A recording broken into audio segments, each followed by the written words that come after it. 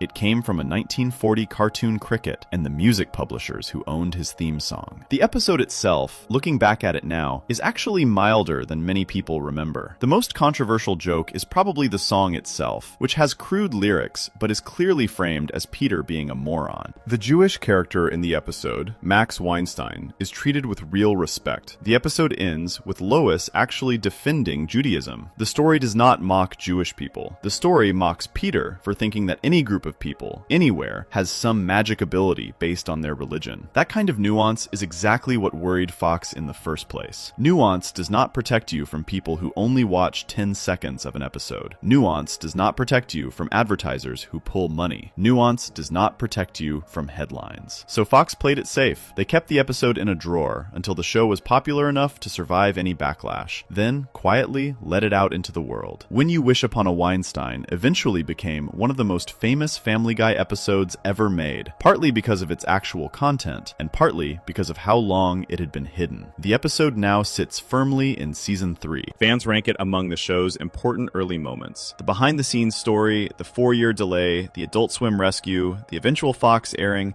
and the lawsuit that came years later has become its own piece of Family Guy history. The deeper lesson from this whole situation is one Family Guy seemed to learn very well. Networks could ban an episode. Networks could shelve it. Networks could keep it off the air for years. But once an episode actually existed in any form, it was very hard to make it disappear forever. DVDs spread it. Cable picked it up. International channels aired it. The internet eventually got it. The Weinstein episode taught the show that if it could just survive long enough, almost any banned episode could find its way to an audience. That lesson would matter again later, when other episodes got pulled from the air for completely different reasons. Before we move on, if you're enjoying this analysis, please consider subscribing. It helps the channel tremendously. While Fox was busy worrying about the Weinstein episode and dealing with all of those early lawsuits, something else was quietly happening in the comic book world. A man with no connection to Family Guy at all, an artist who had been drawing his own little football-headed character since 1991, had started noticing some uncomfortable similarities. He looked at Stewie Griffin, he looked at his own work, and he began to wonder, out loud, whether Family Guy had quietly borrowed from him, too. He never sued, but what he said said and what he refused to do became one of the strangest near lawsuits in animation history. Section 5. The Stewie Griffin/Jimmy Corrigan Controversy, 2003. This is a story about a lawsuit that never happened, which, in some ways, makes it the most uncomfortable lawsuit in Family Guy history. To understand it, you have to meet a man most Family Guy fans have never heard of. His name is Chris Ware. He is a cartoonist. Specifically, an alternative comic book artist, which is a fancy way of saying he is the kind of cartoonist who works alone,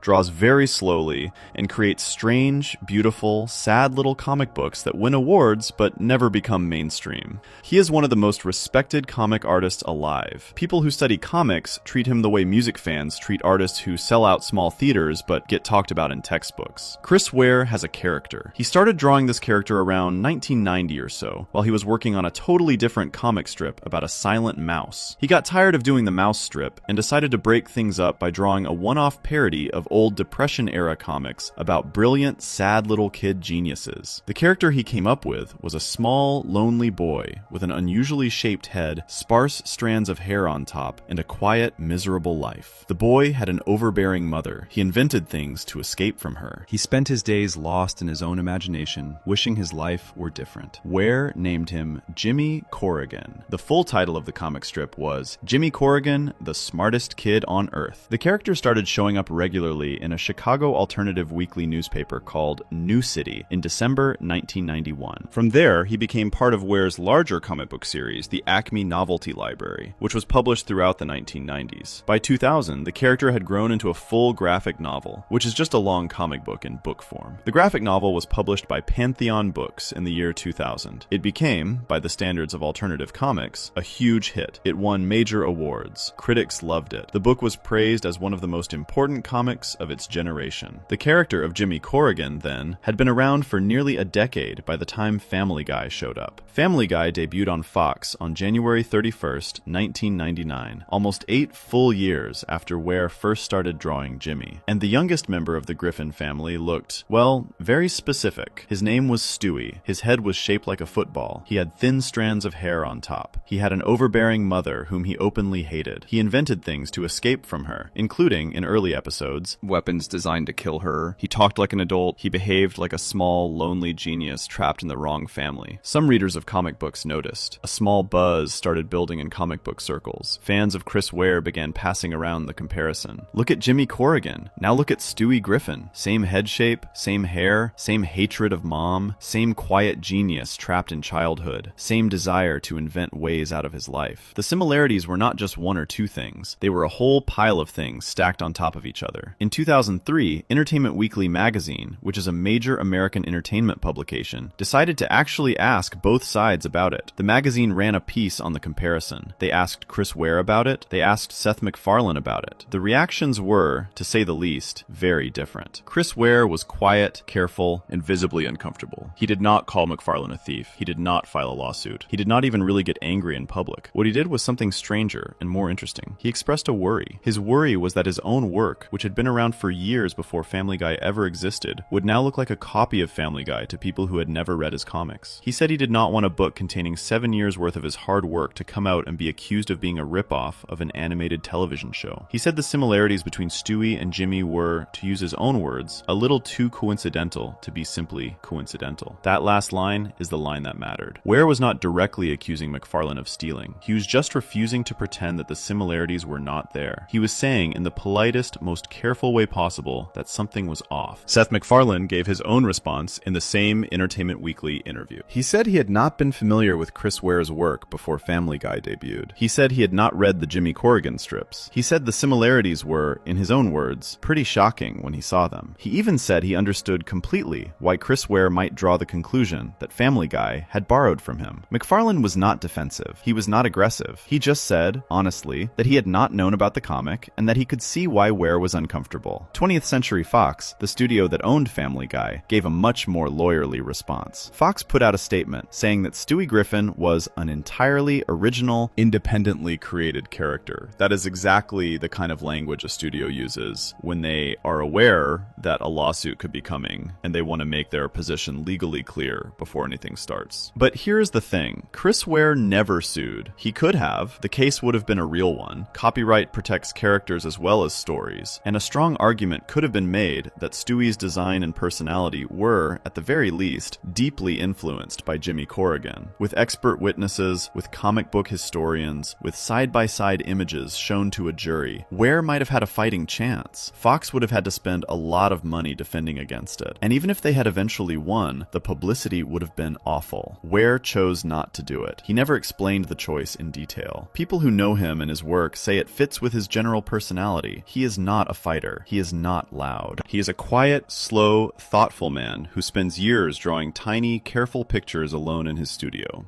The idea of going to war with a giant television studio over a court case probably never appealed to him. Even if he had won, the lawsuit would have eaten up years of his life and probably would have changed how the public saw his work forever. Instead of being known as the man who created Jimmy Corrigan, he might have become known as the man who sued Family Guy. He chose his work, he kept drawing, he kept publishing, he kept winning awards. The graphic novel of Jimmy Corrigan came out in 2000 and became a major success. It won the Guardian First Book Award.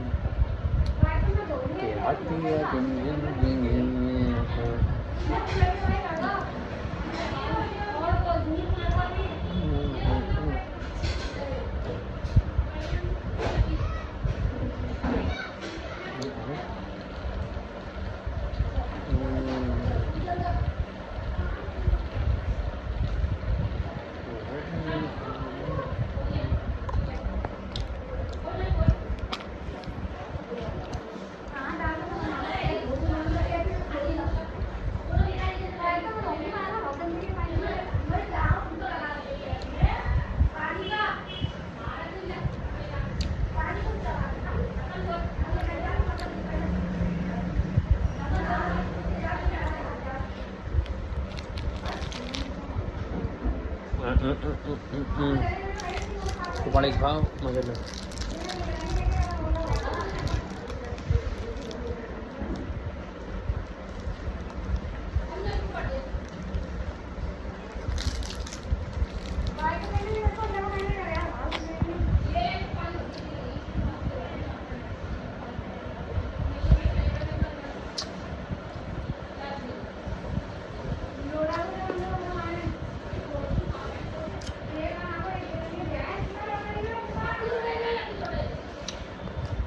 बाबू छोड़ना ऐसा नहीं वैसा चाहता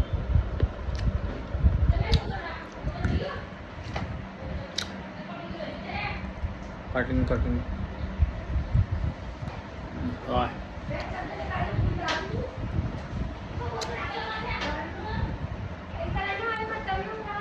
यासिन भाई आए होंगे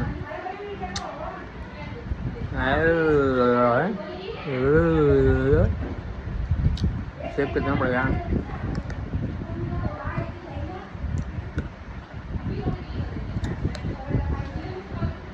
xếp बढ़ाया उन्होंने कम करो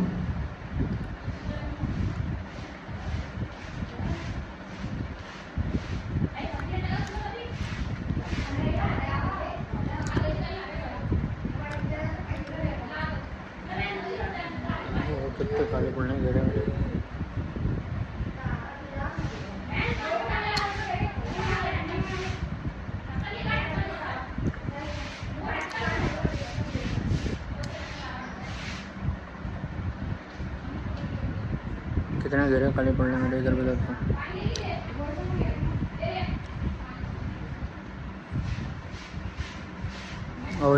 ओरिजिनलिटी फंक्शन बाबू